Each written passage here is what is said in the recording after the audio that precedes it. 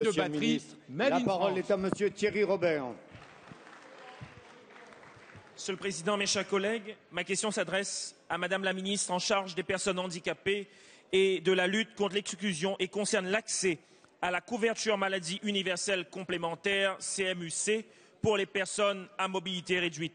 Madame la ministre, avant la revalorisation de l'allocation adulte handicapé AAH, les bénéficiaires de cette allocation étaient automatiquement éligibles à la CMUC. On le sait, lors du dernier quinquennat, l'AAH a été revalorisée de 25%. Ainsi, ces bénéficiaires peuvent à présent toucher jusqu'à 776 € par mois.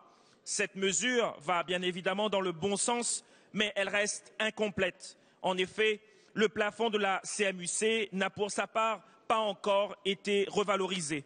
En conséquence, les bénéficiaires actuels de l'AAH dépassent le plafond leur permettant de bénéficier de la CMUC.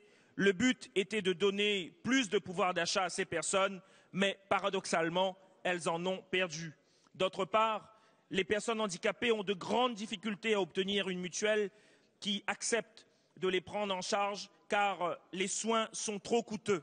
L'accès à la CMUC est donc une nécessité absolue pour que ces personnes parviennent à subvenir à leurs besoins quotidiens en matière de santé.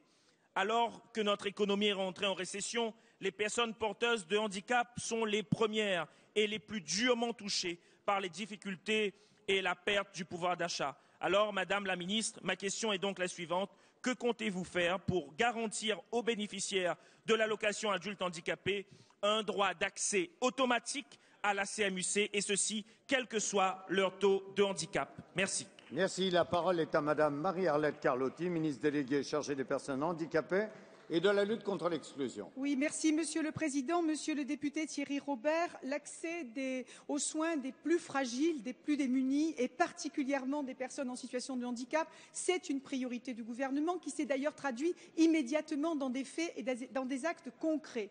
Puisque, dans le cadre du plan de lutte contre la pauvreté et la précarité qui a été annoncé en janvier, nous avons pris la décision d'augmenter le plafond de la CMUC et de la complémentaire santé de 7% en plus de l'inflation et de le faire dès le 1er juillet prochain. Concrètement, ça veut dire 750 000 personnes de plus qui auront accès à ces deux dispositifs et ça veut dire 100 000 personnes qui sont bénéficiaires de l'AAH, soit une personne sur 3 contre une personne sur 5 actuellement. Ça prouve, c'est un effort considérable que nous faisons et ça prouve l'intérêt que nous avons tant à l'accès aux soins des personnes handicapées que l'accès aux droits. Quant à l'accès aux droits, on est un peu inquiet sur le taux de non-recours de la CMUC comme de la complémentaire santé. Donc nous allons prendre des dispositions de ce point de vue. Par exemple, nous allons mener une campagne d'information sur l'accès aux droits. Par exemple, également, nous menons des procédures de simplification et nous avons pris d'ores et déjà des décisions comme une convention qui a été passée entre l'Union nationale des CCAS et l'assurance maladie pour permettre de préinscrire les demandeurs de l'ACS.